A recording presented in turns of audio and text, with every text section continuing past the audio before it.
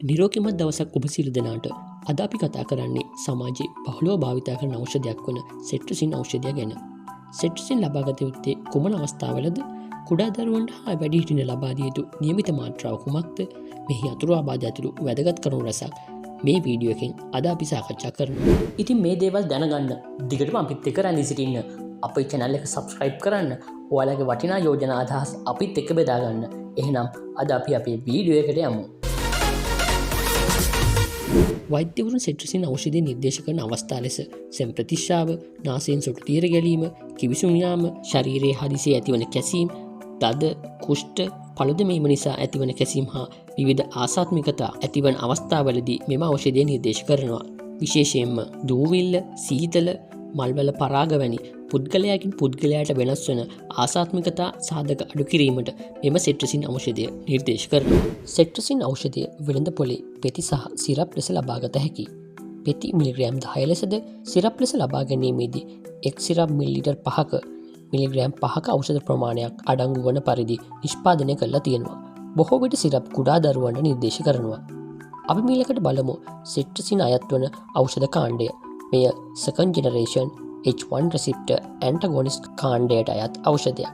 එහෙමත් නැත්නම් ඇන්ටිහිස්ටමින් ඖෂධ කාණ්ඩයට අයත් ඖෂධයක් ලෙසද මෙය හඳුන්වා දිය හැකියි. හිස්ටමින් යනු අපේ ශරීරයේ විවිධ ආසාත්මිකතා අවස්ථාවලදී ශරීරයෙන්ම නිපදවන රසායනික සංයෝගයක්. එමගින් ශරීරයේ පළුදැමීම, කැසීම වැනි ආසාත්මිකතා ලක්ෂණ ඇති වෙනවා. එලෙස ඇතිවන හිස්ටමින් රසායනිකයට ප්‍රතිවිරුද්ධව මෙම සෙට්‍රිසින් අයත් ඇන්ටිහිස්ටමින් කාණ්ඩ ඖෂධ ක්‍රියා කරනවා. ඉහත සඳහන් කළ සාමාන්‍ය ලක්ෂණවලට අමතරව දරුණු ආසාත්මිකතාවයකදී හුස්ම ගැනීමේ අපහසුව, රුධිර පීඩනය අඩුවීම වැනි ලක්ෂණ තීව්‍ර වී මරණය පවා ඇති වෙන්න පුළුවන්.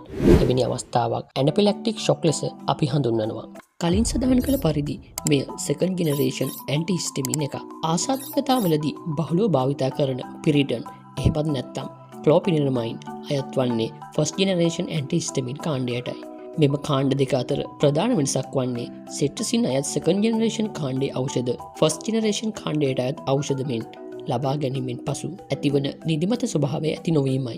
ඒ වගේම ශරීරයේ වැඩි වේලාවක් ක්‍රියාකාරීව පැවතීමයි. එම නිසා අද වෙනකොට බොහෝ විට මෙම සෙට්‍රිසින් ඖෂධය පිරිටන් වලට වඩා නිර්දේශ කිරීම සුලභ වී තිබෙනවා. සෙට්‍රිසින් අයත් second generation ඇන්ටිහිස්ටමින් කාණ්ඩයේ අනෙකුත් ඖෂධ ලෙස ෆෙක්සොෆෙනඩින්, ලොරටිඩින් වැනි ඖෂධ හඳුන්වන්න පුළුවන්. පෞද්ගලික ඔසුසල් වල විවිධ වෙළඳ නාම යටතේ මෙම සිට්‍රිසින් ඖෂධය අලෙවි වන අතර ඒවා අතරින් ඇලරෙඩ්, සෙට්‍රිසෙඩ්, සින් ආදිය ප්‍රමුඛ වෙනවා. සිට්‍රිසින් ඖෂධය රෝගියාගේ රෝගී ස්වභාවය, වයස ආදී කරුණු සලකා බලා වෛද්‍යවරුන් විසින් දිනකට එක්වරක් හෝ දෙවරක් ලෙස නිර්දේශ කරනවා.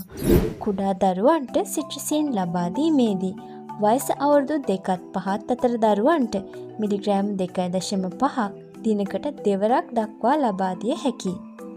කෙසේ වෙතත් වයස සහ බර ආදී සාධක මත ලබා දෙන මාත්‍රාව වෙනස් වෙනවා.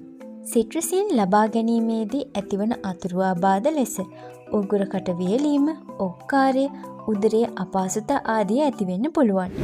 පිරිටන් නැත්නම් ක්ලෝපිනරමයින් මැලියේට් වලට වඩා මෙම සිට්‍රිසින් වෛද්‍යවරු නිර්දේශ කරන්නේ කලින් සඳහන් කළා වගේ මෙහි පිරිටන් මෙන් ලබා ගත්තාට පසු නිදිමත ස්වභාවයක් ඇති නොවන නිසායි. කෙසේ වෙතත් සමහර පුද්ගලයින්ට මෙම ඖෂධය ලබාගත් පසුවද අඩු වැඩි වශයෙන් නිදිමත ගතියක් ඇතිවෙන අවස්ථා පවතිනවා. සෙට්‍රිසින් ඖෂධ ලබා ගැනීමේදී සැලකිලිමත් විය යුතු කරුණු ලෙස ඔබ වාහන පදවනවා නම්, අනතුරුදායක යන්ත්‍ර සූත්‍ර භාවිතා කරනවා නම් සෙට්‍රිසින් ඖෂධ ලබා ගැනීමට පෙර ඒ ගැන අවධානය යොමු කරන්න. ඒ වගේම මත්ද්‍රව්‍ය හෝ මත්පැන් භාවිතා කර මෙම ඖෂධය භාවිතයෙන් වළකින්න. ඔබ ස්නායු පද්ධතිය හා සම්බන්ධ ඖෂධ ලබා ගන්නවා නම් ඒ පිළිබඳව ඔබගේ වෛද්‍යවරයා දැනුවත් කරන්න. ගර්භණී සමයේ හා කිරිදෙන මව්වරුන්ට මෙම ඖෂධය ලබාගත හැකි වුවත් ඔබ එලෙස ලබා ගන්නවා නම් අනිවාර්යයෙන්ම වෛද්‍යවරයෙකුගේ නිර්දේශ මත පමණක් ලබා ගන්න.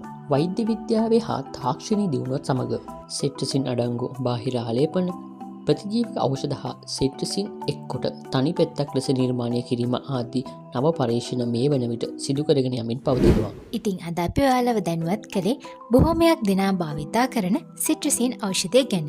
වීඩියෝ එක ගැන ඔයාලගේ අදහස් යෝජනා කමෙන්ට් සෙක්ෂන් එකේ කමෙන්ට් කරන්න. අපේ channel එක subscribe කරන්න.